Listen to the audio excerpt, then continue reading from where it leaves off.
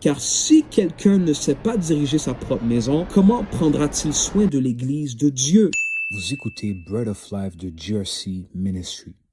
Mon nom est Elijah et aujourd'hui nous discutons de l'ordre dans l'Église et dans les familles.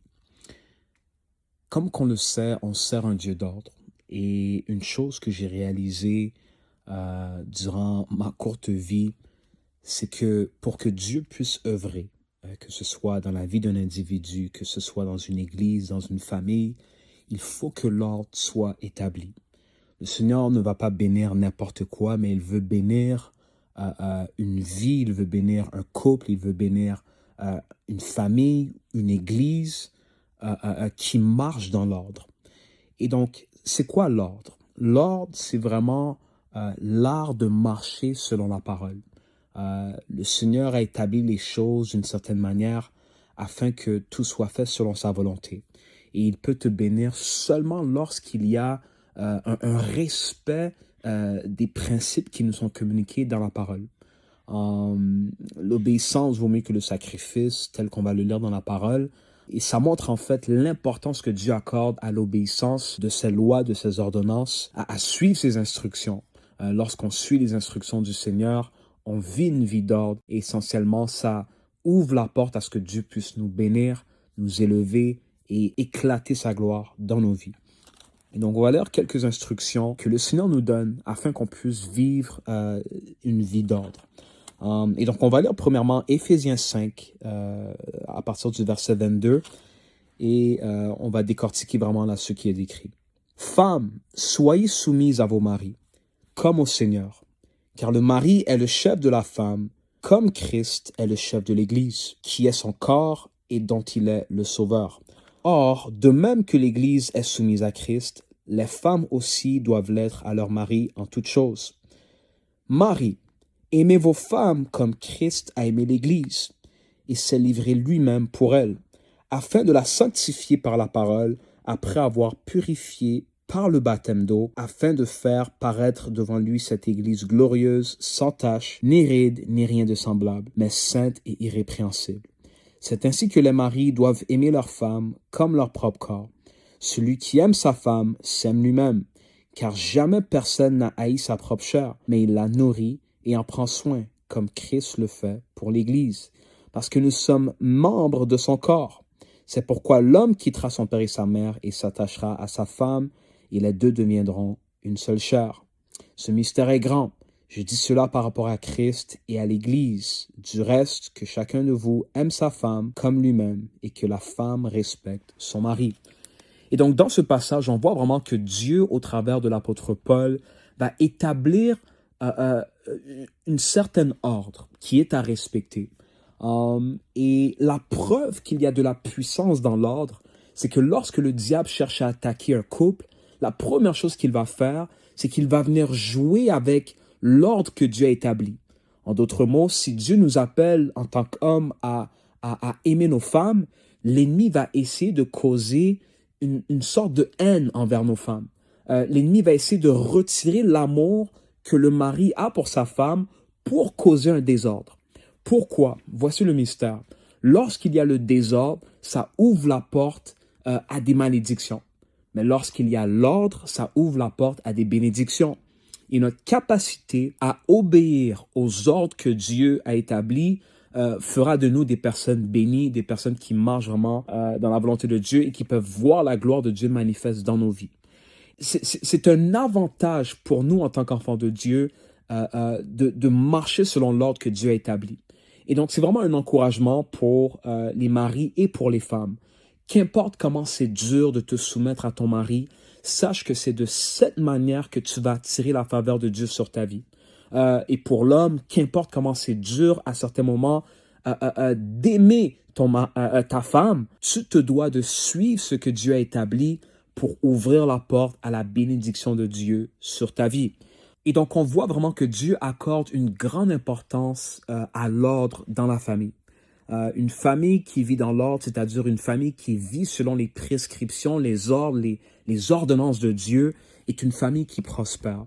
Et on va remarquer que une famille qui prospère fait en sorte que les projets de cette famille réussissent. C'est-à-dire, la fondation, c'est la famille. Et lorsque la famille prospère, tous les projets qui s'en suivent prospèrent à leur tour. Et donc, disons qu'il y a un homme qui prospère dans sa famille. La maison est en ordre, les enfants sont soumis. Lui-même aime sa femme est soumise. On va voir qu'il ne sera pas difficile pour cet homme de prospérer dans son travail, de prospérer dans son ministère, etc. Et un des exemples qu'on a ici, ça va être dans 1 Timothée 3, versets 1 à 5. Cette parole est certaine. Si quelqu'un aspire à la charge d'évêque, il désire une œuvre excellente. Il faut donc que l'évêque soit irréprochable, mari d'une seule femme, sobre, modéré, réglé dans sa conduite, hospitalier, propre à l'enseignement. Il faut qu'il ne soit ni adonné au vin, ni violent, mais indulgent, pacifique, désintéressé. Écoutez, il faut qu'il dirige bien sa propre maison et qu'il tienne ses enfants dans la soumission et dans une parfaite honnêteté. Verset 5. Car si quelqu'un ne sait pas diriger sa propre maison, comment prendra-t-il soin de l'Église de Dieu?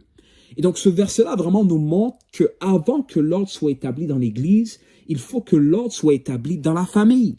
C'est par le succès d'une famille qu'on peut déterminer le succès des autres aspects en fait. Et donc lorsque tu peux voir par exemple une église en désordre, souvent c'est parce que le désordre est premièrement dans les familles.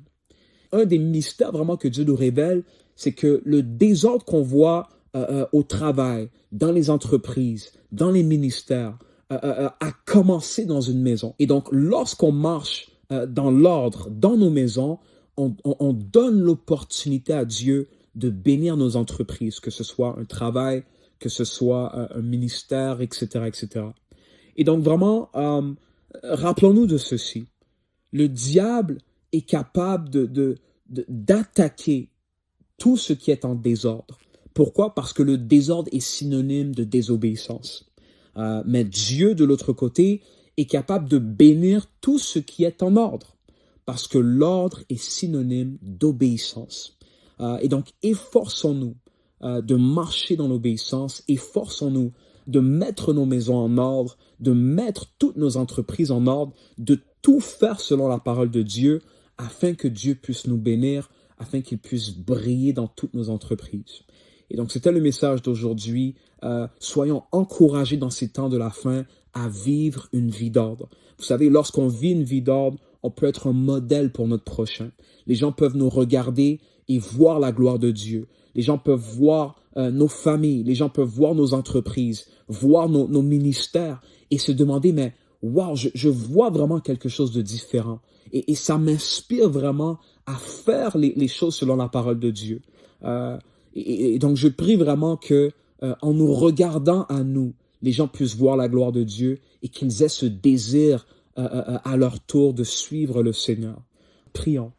Seigneur Jésus, nous te disons merci pour cette révélation que tu nous donnes par rapport à l'importance de marcher dans l'ordre, l'importance de marcher dans l'obéissance.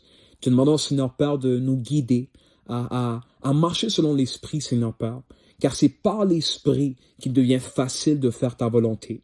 C'est par l'Esprit qu'il devient facile de mettre nos vies en ordre, Seigneur Père. Des vies sans péché, Seigneur Père, sans compromis, mais des vies, Seigneur Père, selon ta parole. Et donc, guide chacun des auditeurs, Seigneur Père, guide chacun d'entre nous, afin qu'il nous soit donné de marcher dans l'ordre de manière continuelle, Seigneur Père. Nous te disons merci pour tout ce que tu fais, merci pour tout ce que tu t'apprêtes à faire.